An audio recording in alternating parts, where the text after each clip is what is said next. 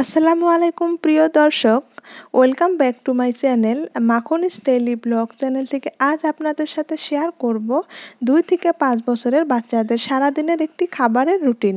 তবে এখানে একটি গুরুত্বপূর্ণ কথা হলো প্রতিটি বাচ্চাই আলাদা, প্রতিটি বাচ্চার খাবারের ধরন আলাদা, প্রতিটি বাচ্চার হজম ক্ষমতা আলাদা।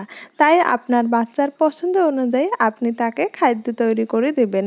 আমি জাস্ট আমার অভিজ্ঞতা থেকে একটি ছোট্ট ধারণা দিচ্ছি, যাতে নতুন মায়েদের একটু হলেও উপকারে আসে।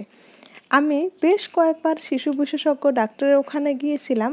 তো শিশু বিশেষজ্ঞ ডাক্তারের পরামর্শ অনুযায়ী আপনাদের সাথে আমি কিছু কথা শেয়ার করব। 2 থেকে 5 বছরের বাচ্চাদের সারাদিনের খাদ্য তালিকা কেমন হবে? দর্শক, 2 থেকে 5 বছরের বাচ্চাদের বাড়ন্ত বয়স। এই বয়সে ফিজিক্যাল এবং মেন্টাল ডেভেলপমেন্টের জন্য খাদ্য তালিকা 5টি ভাগে ভাগ করতে হবে। 3 বেলা ভারী খাবার এবং 2 বেলা হালকা পাতলা খাবার। তো আর কথা না বাড়িয়ে চলে এলাম সকালের নাস্তায়। তো আমার মেয়ের জন্য আমি সকালের নাস্তা তৈরি করছি। তো আমার মতে সকালের নাস্তাটা অধিক পরিমাণে পুষ্টিকর হতে হয়, কারণ সারা রাত না খেয়ে থাকে। তো তার পছন্দ অনুযায়ী আমি আজ তৈরি করছি সকালের নাস্তা। এই তো এখানে আমি একটা আলু নিয়েছি, আলুটা আমি সিদ্ধ করে নিয়েছি।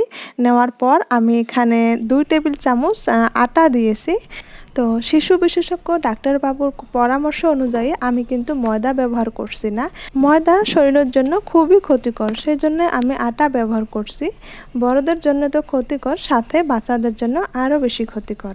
তো এখানে আমি 2 টেবিল চামচ আটা আর একটা আলু দিয়ে, একটু লবণ, একটু চিনি দিয়ে ভালো করে আমি এখন পরোঠাটা বানিয়ে নিচ্ছি।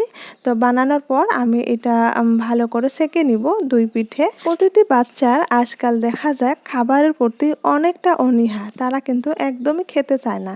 তবে মায়েদের দেখতে হবে তারা কী ধরনের খাবার পছন্দ করে। তো সে তাদের পছন্দ অনুযায়ী আমাদেরকে খাবার তৈরি করে দিতে চেষ্টা করতে হবে, যাতে খুব বেশি না খেলেও একটু হলেও খায়।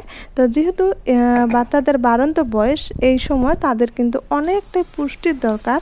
তো সেই অনুযায়ী বাচ্চাদের পছন্দ অনুযায়ী আমরা খাবার তৈরি করে দেওয়ার প্রত্যেকটা মায়ের চেষ্টা করা উচিত।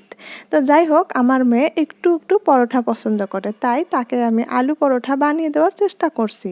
তাই প্রতিদিনে যে এই আলু পরোঠা বানিয়ে দেই তা কিন্তু নয়, প্রতিদিন একটু ভিন্নভাবে দেওয়ার চেষ্টা করি। তো কোনো দিন যদি আমরা রুটি খাই তো তাকে রুটি দেওয়ার চেষ্টা করি, আমরা যদি পোলাও খাই তাকে পোলাও দেওয়ার চেষ্টা করি। তো আপনাদেরকে আমি একটা ছোট্ট ধারণা দিলাম যে সকালের নাস্তায় আমি আমার মেয়েকে এই ধরনের খাবার দেই। তো এখানে আমি একটা পরোঠা সুন্দরভাবে কেটে দিয়েছি, সাথে একটা বয়েল ডিম দিয়েছি। তো আমার মেয়ে ডিমটা সিদ্ধ খেতে পছন্দ করে। কিছুদিন আগে ভাজি খেতে পছন্দ করছিল, এখন আবার সিদ্ধ খেতে পছন্দ করে। যাই হোক, আমার মেয়ের পছন্দ অনুযায়ী আমি তাকে সকালের নাস্তাটা দিলাম।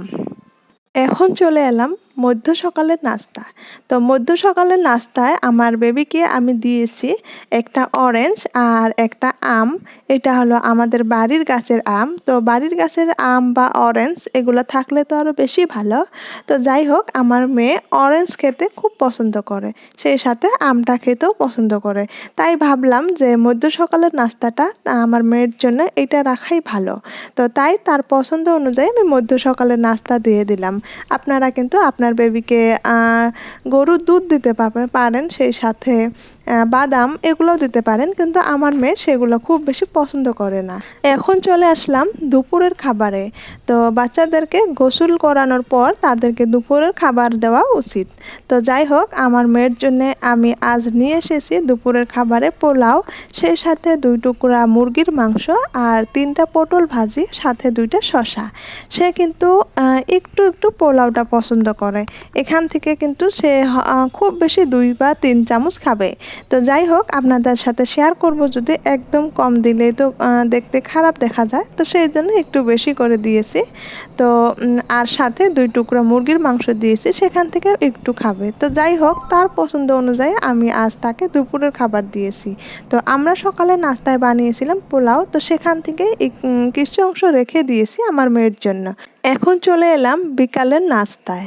তো আমার মেয়ে এইভাবে যদি আলু কেটে ফ্রেঞ্চ ফ্রাই ভাজি করে দেয়, সে এখান থেকে একটু আনন্দ সহকারে খায়। তো ভাবলাম তার জন্যে বিকালের স্ন্যাক্সে এটাই ভালো হবে।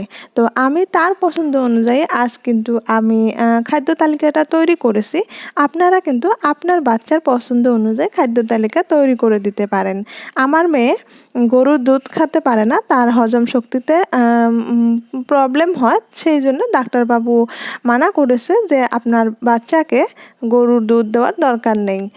তো যাই হোক, তো আমার মেয়েকে দিয়েছিলাম একটা আলু হলুদ আর লবণ দিয়ে হালকা ফ্রাই করে দিয়েছিলাম, সাথে সস দিয়েছিলাম। তো তারপর চলে আসলাম রাতের খাবারে। তো আমরা যা খাবো আজ রাতে তাই আমি আমার মেয়েকে দিয়েছি। এখানে একটু ভাত দিয়েছি, একটা মাছের পিস, একটা আলু আর সাথে লেবু। তো আমার বেবি লেবু খেতে খুব পছন্দ করে, সে কিন্তু লেবু খায়, সাথে আলুটাও একটু খায়। মাছ ইচ্ছা গেলে কখনো খায় কখনো খায় না, আর দুই একবার ভাত খায়, কখনো খায় কখনো খায় না। তো যাই হোক, একটা খাদ্য তালিকা আপনাদের সাথে শেয়ার করলাম, তো আপনাদেরকে তো সেভাবেই দেখাতে হবে। তো যাই হোক, আমার আজকের ভিডিওটি কেমন হলো অবশ্যই আমাকে কমেন্ট বক্সে জানাতে ভুলবেন না।